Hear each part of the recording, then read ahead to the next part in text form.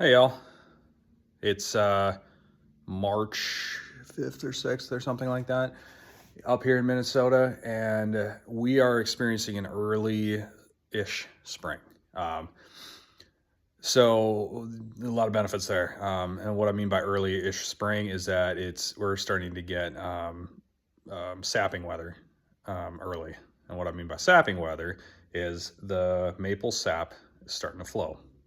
So very excited about that. Now, I had a previous video where I talked about just doing what you can with what you have as far as homesteading goes. This kind of plays into that. So I have one maple tree, one walnut tree, one birch tree on my property. I also have an ash tree. Of those 4 trees, 3 of them can be tapped for syrup.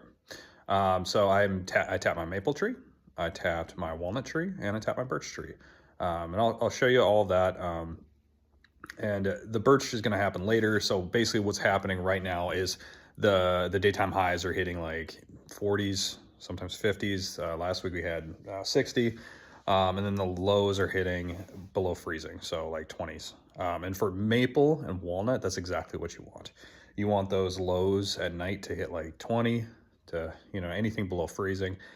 Then the daytime highs to get above that. And the reason being, and I don't know the exact science, this is just kind of what I read and what I translated, is that as that temperature warms up, that water is drawn out of the ground, the sap is drawn out of the ground by those trees. They have deeper roots, so they're able to get below that frost line.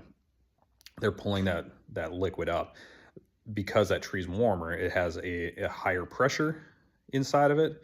And if you drill a hole into it, it starts leaking. You've probably seen that if you've ever cut a tree branch down or anything like on a maple or a birch or any one of those types of trees. Oops, got a hair. Not a beard hair.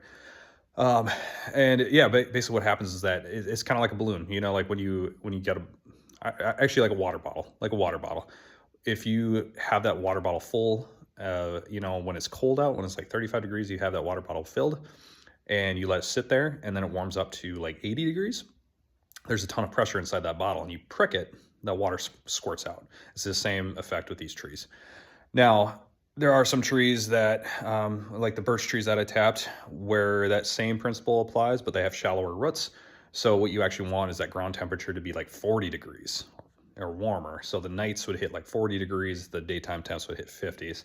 So I drilled my birch trees a little early. But really I've never done birch before. I've done maple and walnut in the past. Both taste great. Obviously maple's amazing. Walnut is, I would say, as good as just earthier flavored, which I like, but some people don't. And yeah, basically I'm kind of going through and getting everything prepped. I'll show you the taps, how they're set up right now. Kind of talk about that a little bit, and then what I'm doing to prep for it as far as the boiling process goes. I only have about 2.5 gallons of the walnut sap and then maybe a gallon of maple sap so far. So let's go take a look. All right, here is bucket number 1. This is walnut tree. Pretty good sized walnut. I would guess I could probably get 3 taps in here, or 4 taps, but I chose just 3 just to kind of get going. Like I said, I have 2.5 gallons roughly in there. I froze it. It's frozen right now, I should say. So it's just been sitting. I've had to pull the buckets the last couple days because the temp dropped too low for the sap to actually flow. So I just pulled the buckets inside, put them in the freezer, let them freeze. So I just put them back out this morning. But I use plastic taps. You can use stainless steel. You can use really whatever you want. Plastic ones are cheaper, a lot easier. Food grade bucket. I've for years have used regular buckets, but just started using food grade just to kind of try to keep the chemicals out. I have rocks on here for 2 reasons. One reason is so that the bucket doesn't blow away. Second reason, this is walnut. Squirrels hang out at walnut trees. These rocks keep the squirrels off. I have a tire around this, and that is mainly so it doesn't blow away. I live in a very high wind area, so this kind of keeps it stable. And that's about the only purpose. I just happen to have the tire back here, and rather than ratchet strap it to the tree, I just threw the tire on. So anyway, that's site number 1. This is site number 2. I have these 2, it's one tree, I believe, but it's 2 separate perch. So I got these tapped. Same time, they're not flowing at all, so there's nothing in here. I have these lifted off the ground because I have a dog that pees on the buckets. So I lifted them off the ground. That way they can't pee on the bucket. Also, we're being strapped here. That means it's not going to go anywhere. So I don't have to worry about wind knocking it down. For this tree, I did 2 taps. He may have noticed, I actually probably don't know what direction I'm facing, but this is the south side of the tree. I've found that if you do on the south side first, you seem to get an earlier flow. I don't know if that's true, but that just seems to be the case. So I always do on the south side. Obviously in this case I can't. This is facing north.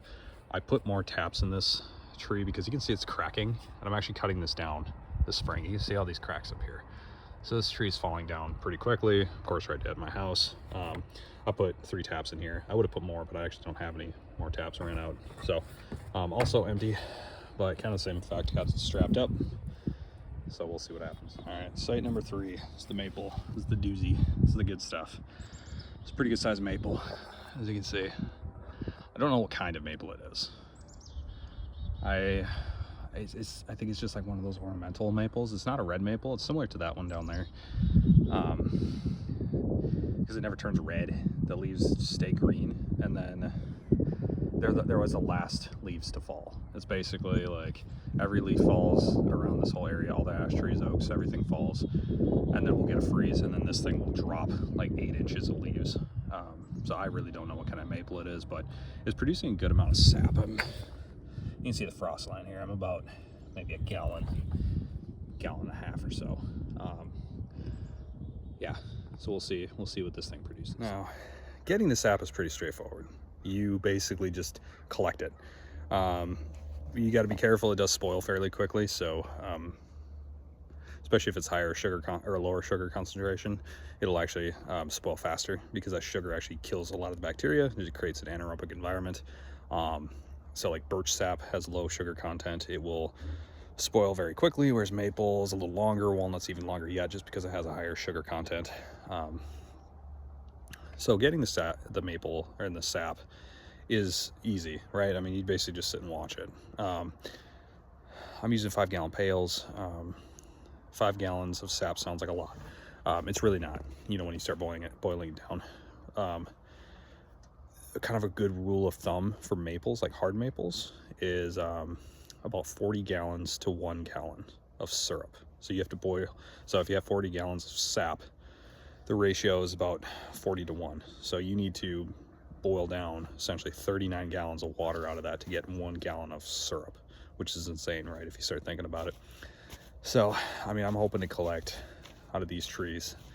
I mean, I'm hoping to get a gallon total out of everything.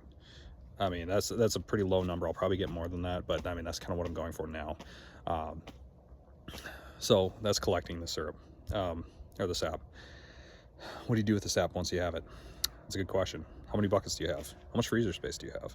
You got to take those things into account because I don't have much freezer space. I can hold about 10 gallons, so 2 buckets in my freezer. Maybe I could probably fit a third in there. But once those buckets are filled, I need to start boiling that off. And that kind of leads us to the next step. How are you going to boil this sap down? There's a lot of ways to do it. A lot of people boil with like propane or natural gas or electric stove. They'll throw a pot of sap on the oven, just let it boil all day and just kind of add. I don't like doing that because it's in the house. You get syrup all over, or sugary water all over from evaporation. A lot of people do the boiling outdoors with propane or natural gas too. I go the cheap route, and I have a lot of firewood, so I use firewood. So that's kind of what I'm doing now. So as you can see, I've got a reasonable amount of firewood.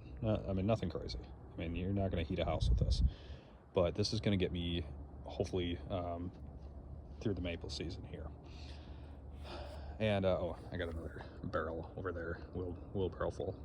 I've basically been cutting down that birch tree slowly. I'm going to use a lot of that wood for the boiling. Bring it, pay it, watch it, turn it, leave it, stop, format it.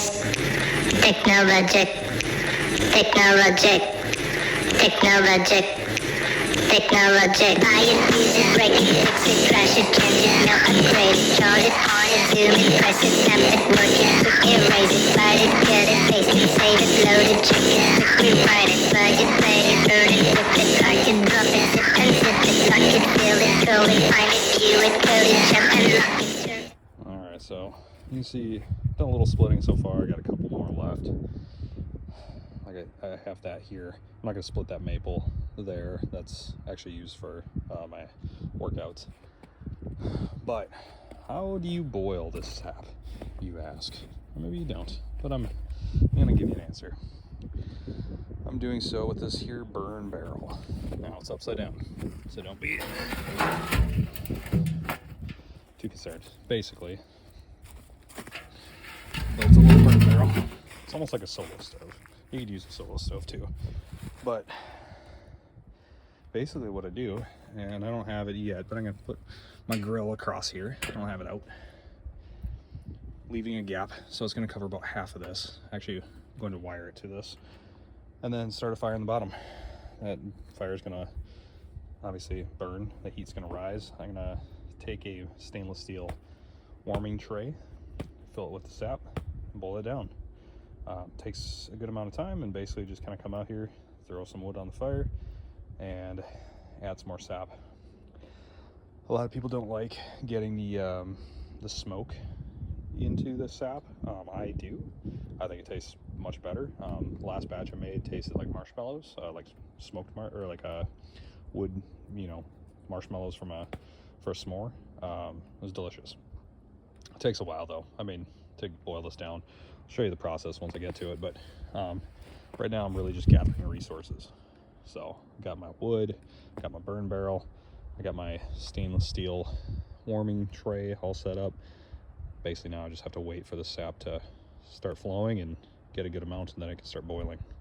So stay tuned. You might be wondering too where a person can get firewood. I got a couple ideas on that. I mean, I have access to a lot of firewood because I own 40 acres of land in northern Minnesota, so I have basically unlimited access to firewood. But none of this wood actually came from the hunting land. All of this I gathered locally. Most of this came from one neighbor's tree. Fell down. She had a big maple that blew over, so I cut it down, took it. She appreciated it.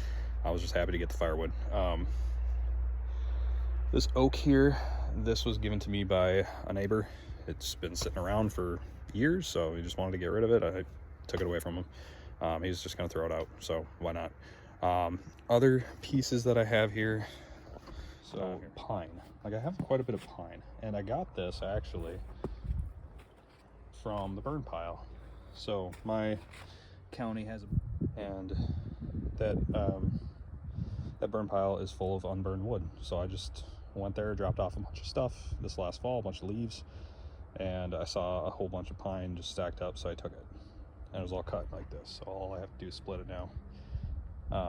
So I mean, that's a good way to get it. You can help neighbors cut down trees. They'll likely be fine with you taking the firewood, as long as you're able to do it, take it for them and not leave a huge mess. You can buy firewood. I wouldn't recommend doing that, but I mean, your best bet is to try to get wood off your own property if you have property. I'm fortunate because I have a couple trees. I mean, this walnut here has a lot of dead branches I can cut off and use for boiling. My birch in general, that whole north tree is coming down this spring, so I got a ton of firewood coming my way. But I mean, there are plenty of sources of firewood out there. A lot of people just kind of get rid of it and let it rot. So, or I mean, you could even ask your neighbor if you see a neighbor that has a big old pile of firewood that has been sitting for years, ask him if he can have it, or pay a few bucks for it. That way you got some wood to start boiling sap.